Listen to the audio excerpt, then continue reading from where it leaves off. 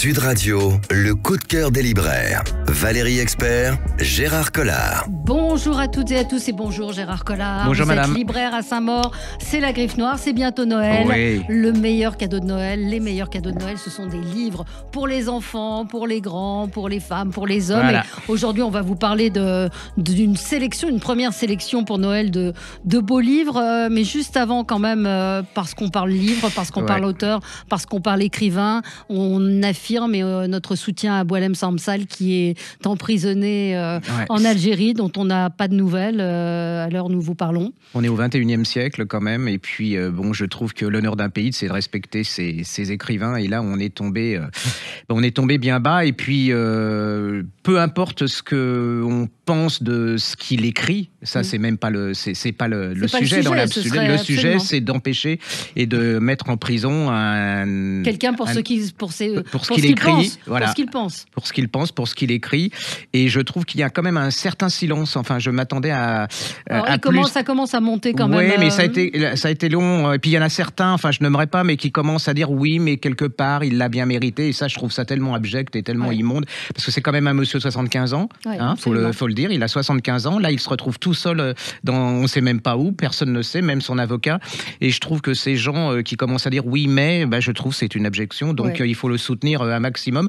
Et l'idée de Ruffin, je trouve qu'elle est formidable, de dire qu'il soit écrivain, académicien, et qu'il soit élu académicien comme ça, sans passer par tout le tintouin qui est nécessaire, pour bien montrer la solidarité du monde de la littérature et de la culture. Ça grasse un petit peu en interne, mais oui, moi, ça c'est normal. Il y a quand même 40 sièges, 40 fauteuils qui sont vacants. Et puis c'est un homme de talent, c'est-à-dire ce qui n'est pas le cas de tous les académiciens. Non, ça c'est sûr. Donc c'est notre coup de cœur à Boualem Sansal, et coup de gueule contre ces libraires qui boycottent des maisons d'édition parce que le patron ne leur convient pas, des libraires qui ont décidé de ce que vous pouvez lire ou ne pas lire, des libraires qui sont idéologisés et qui estiment que parce que Vincent Bolloré est le patron d'une maison patron d'un groupe de presse, d'un groupe d'édition, et qu'ils ne sont pas d'accord avec son idéologie, vont boycotter des écrivains, vont boycotter quand vous publiez pour Kalman Levy ou pour Plon, je ne sais pas lesquels font partie du groupe, je ne sais même pas qui fait partie de son groupe. C'est d'une stupidité rare. Et Dieu sait si j'ai dit du mal, il y a des gens que j'aime pas en littérature, et Dieu sait si on m'a reproché de faire des critiques qui sont plutôt pas sympathiques sur certains écrivains, mais il y a toujours, j'ai eu un principe, c'est qu'il y avait toujours le bouquin de cet écrivain dans la librairie, parce que c'est pas à moi de censurer, surtout. C'est pas possible pas possible qu'un libraire censure des auteurs. C'est au nom de quoi je m'autorise le fait de dire ça vous pouvez le lire et ça vous ne pouvez pas le lire. On va rentrer dans un truc pas possible, quoi. C'est vraiment l'anti-démocratie. Pour moi, ça me fait des frissons dans le dos. Qu'un libraire fasse ça, et ça ne fera que les choux gras d'Amazon, puisque ce sera plus facile d'aller commander directement. C'est se tirer une balle dans le pied, et Jean-Pierre Denis, qui est un excellent auteur, éditorialiste, a lui dit que dans sa librairie, ils avaient pris cette décision, et bien ils changent de librairie. Je pense que c'est ce qu'il faut faire, et ces gens-là feront faillite bientôt, et ce sera bien fait pour eux. Parlons de choses plus gaies, plus réjouissantes. Pas forcément plus gaies. Parce qu'on a demandé, on avait le même bouquin, on a demandé à l'intelligence artificielle de nous prédire l'avenir, en particulier à Paris, et on est revenu avec le même. Alors, on est venu avec le même livre. Oui, regardez, c'est assez terrifiant. L'intelligence artificielle prédit l'avenir, Yves Marchand et Romain Meffre, avec des textes de Nathan Devers. Regardez sur les podcasts, on va vous montrer. C'est chez Albin Michel. Et alors, c'est Paris en 2047, ou 47, je pense. Et là, vous avez tous les monuments de Paris, les endroits de Paris qui sont en ruine, mangés par la nature. Alors, ça peut paraître effrayant, mais moi, ça me fait rêver. Enfin, je veux dire, c'est un côté voyeur fascinant. Enfin, c'est très beau, moi, je trouve. Oui, c'est assez beau, parce que ça fait penser un peu à ces villes américaines, Détroit, qui ont été abandonnées. Et donc, vous voyez une tour Eiffel. La tour Eiffel, elle est rouillée, complètement rouillée. Vous avez la végétation qui a tout envahi. C'est un très beau livre de photos avec des textes lumineux de Nathan Devers, donc et avec une forme de philosophie. L'absence de ruines est peut-être l'objet du siècle, la chose la plus emblématique d'un monde de choses qui en a autant produit que détruit.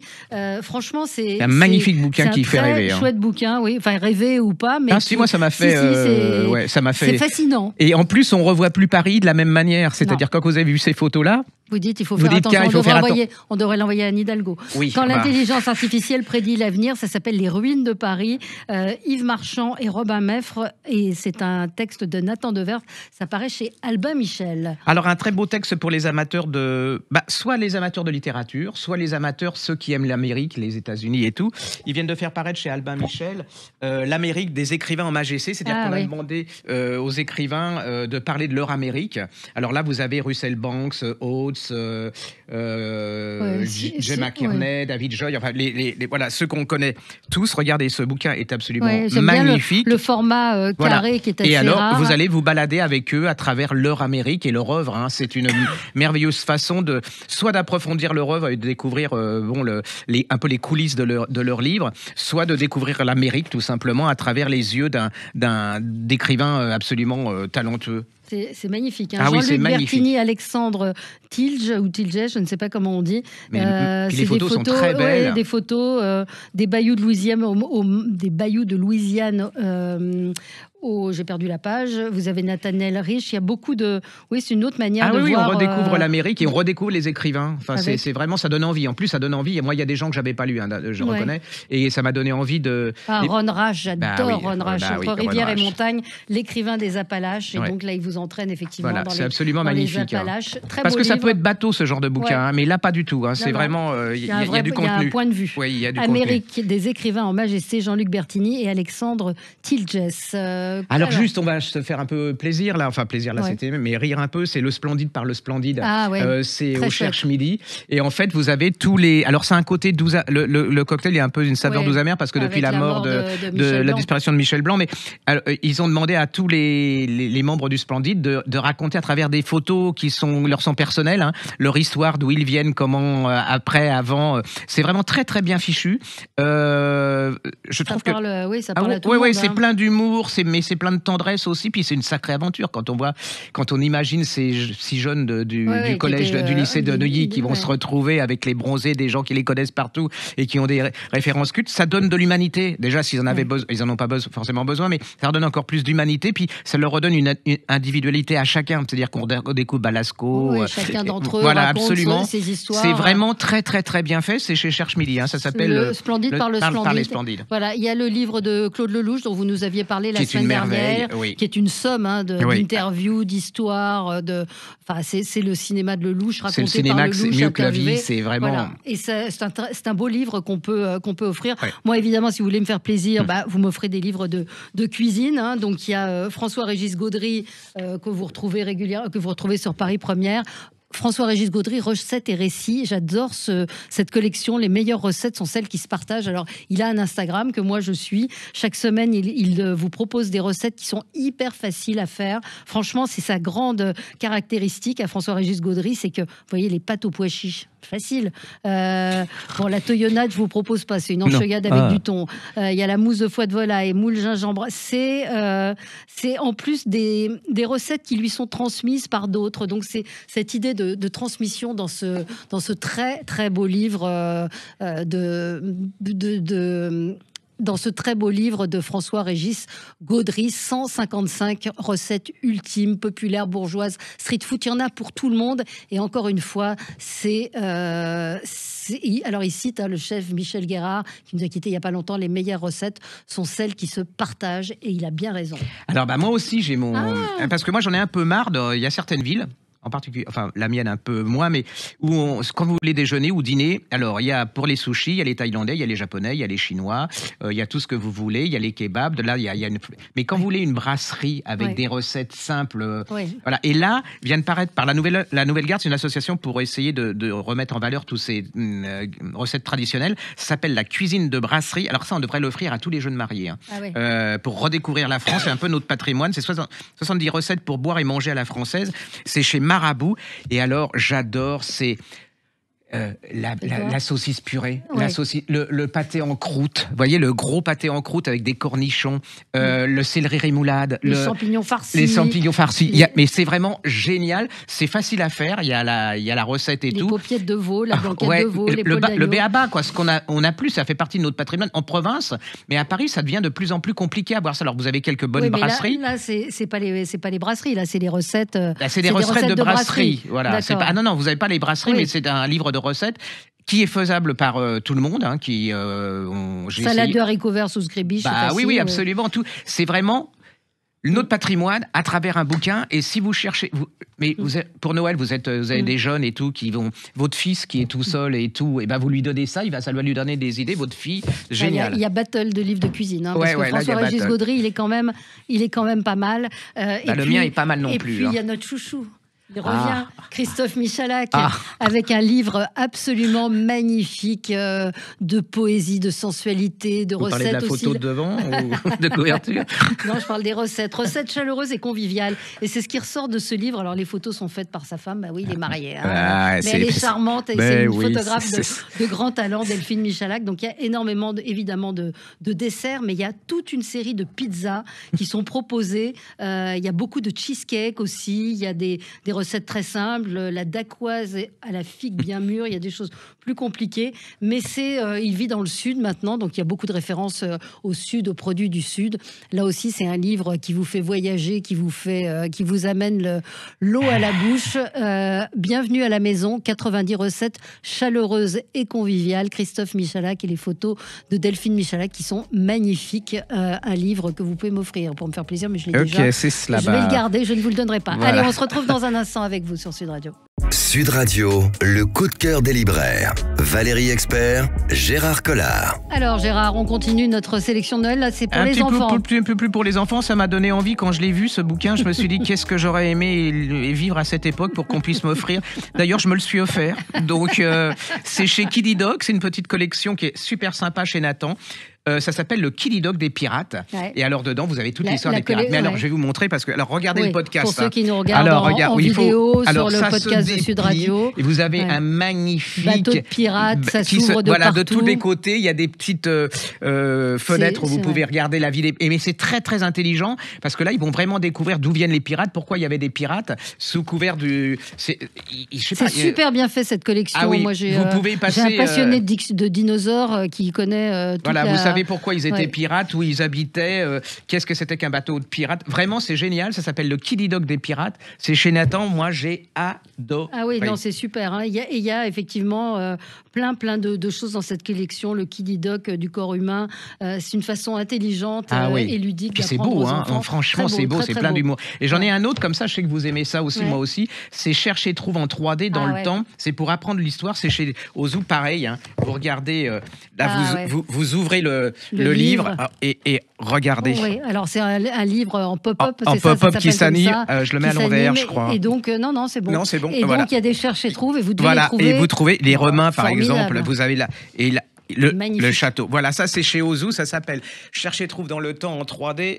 Et c'est magnifique. Alors ça c'est un monument, c'est Mafalda. Ah bah oui. Mafalda, l'intégrale. Je ne sais pas si vous voyez ce livre, l'épaisseur. Ça paraît chez Glénat, donc c'est cette petite fille qui nous a tous bercés, mais qui continue de plaire aux enfants. Aujourd'hui, elle a été créée en 64 et c'est vrai que cette édition intégrale reprend tout. Les dessins en noir et blanc, ceux qui ont été coloriés, et puis des illustrations inédites, et puis l'histoire de Mafalda. Donc moi je sais que j'en ai offert, j'ai offert des albums à une petite fille de 9 ans, et qu'elle a adoré. C'est chez Glénat, c'est une somme pour les fans, alors les jeunes et les moins jeunes. Édition intégrale, toutes les BD, tous les strips, comme on dit, de Mafalda, qui sont dans ce livre, publié chez Glénat. C'est génial, hein, parce que c'est super. 64, vous imaginez. Ça a bien vieilli. Et ça marche toujours. Quoi. Donc il y a l'histoire de Mafalda qui est expliquée, qui vous est racontée, et c'est malin, c'est drôle, c'est super. Alors, on n'est pas forcément voilà, vous n'avez pas nécessaire d'être très riche pour faire un joli cadeau. Et vous savez ce qu'on met dans les assiettes, j'adore. Et alors, je suis pas très fan d'habitude parce que vous savez, les éditeurs de poche, format de poche, font des collections spéciales pour Noël. Ils en profitent pour avoir le même texte, un peu de couverture moche, et ils vous augmentent le prix de je ne sais pas combien. Et là, je trouve que en point, ils ont fait une très très jolie collection. Là, par exemple, il y a les Liaisons dangereuses.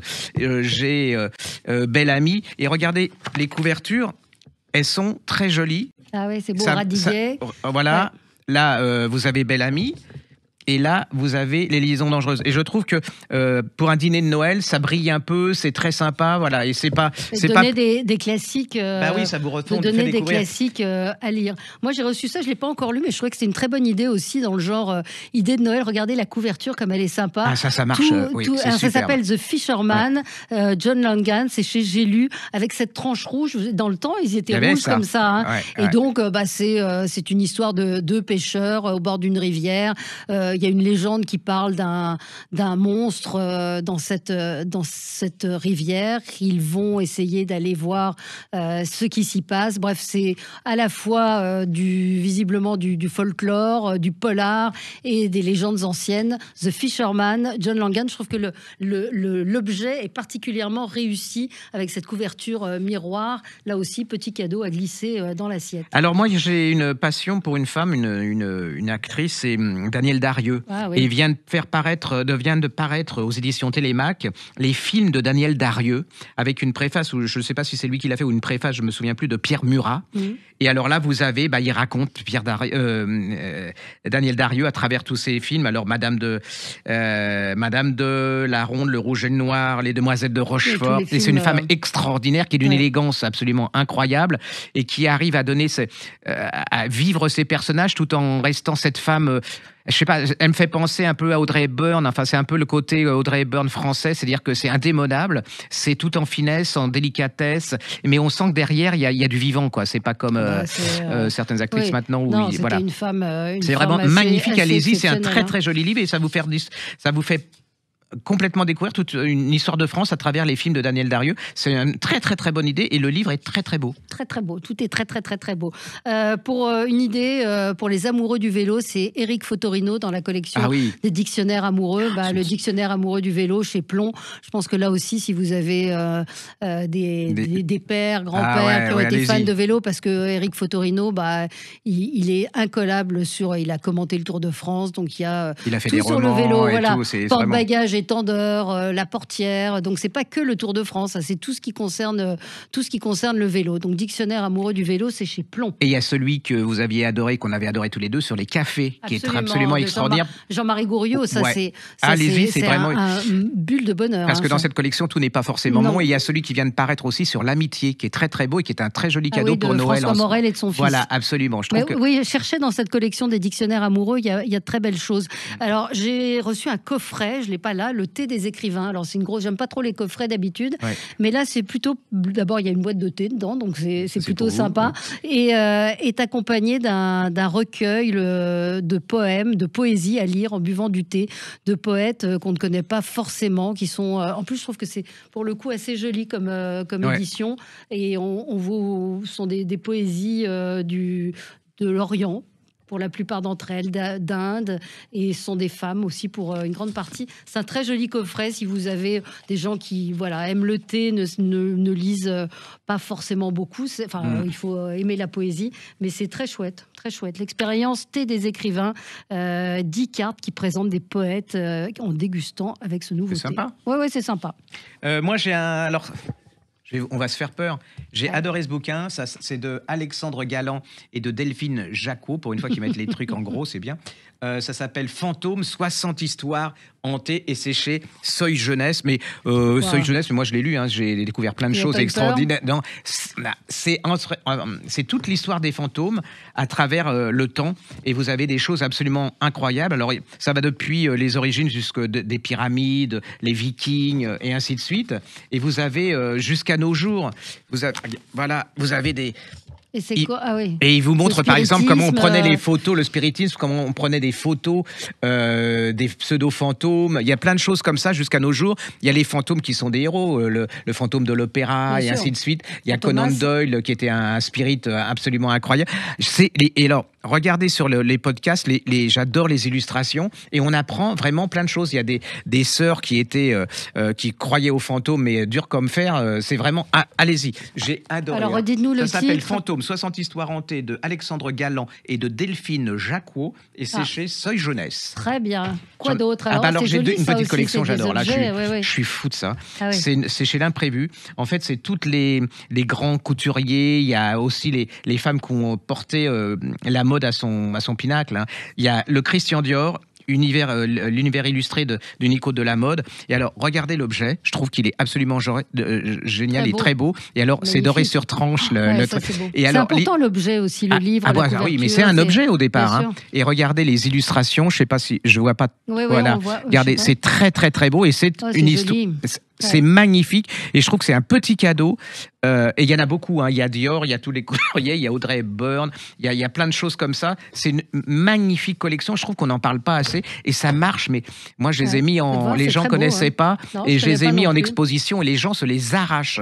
Il doit y avoir une trentaine de titres et c'est à l'impromptu, franchement magnifique. Très beau, très très beau. Ah ouais, magnifique. Et vient de paraître également Coco Chanel, Justine Picardie, une légende, une vie. Donc vous allez me dire qu'il y a déjà eu beaucoup de biographies. Oui. Celle-ci, la particularité, c'est qu'elle est menée un peu comme une enquête en fait, avec des photos, des souvenirs.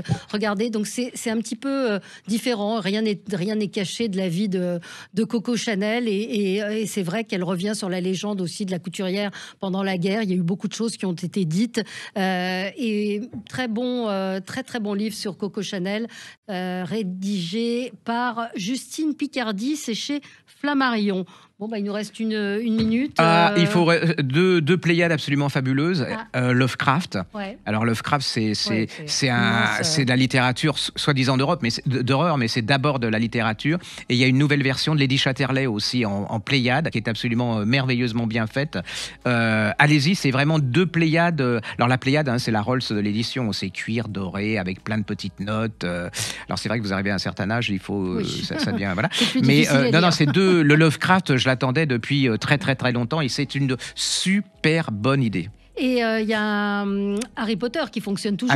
Et il y a Noël à Poudlard. Vous avez vu celui-là, qui est magnifique. Magnifique avec les feuilles en papier glacé. C'est une nouvelle aventure donc de Harry Potter que je vous conseille. Merci Gérard. Voilà, on vous donnera des idées. Voilà, il y a plein de beaux livres et pensez à aller chez vos libraires. Merci à vous. Sud Radio, le coup de cœur des libraires. Valérie Expert, Gérard Collard.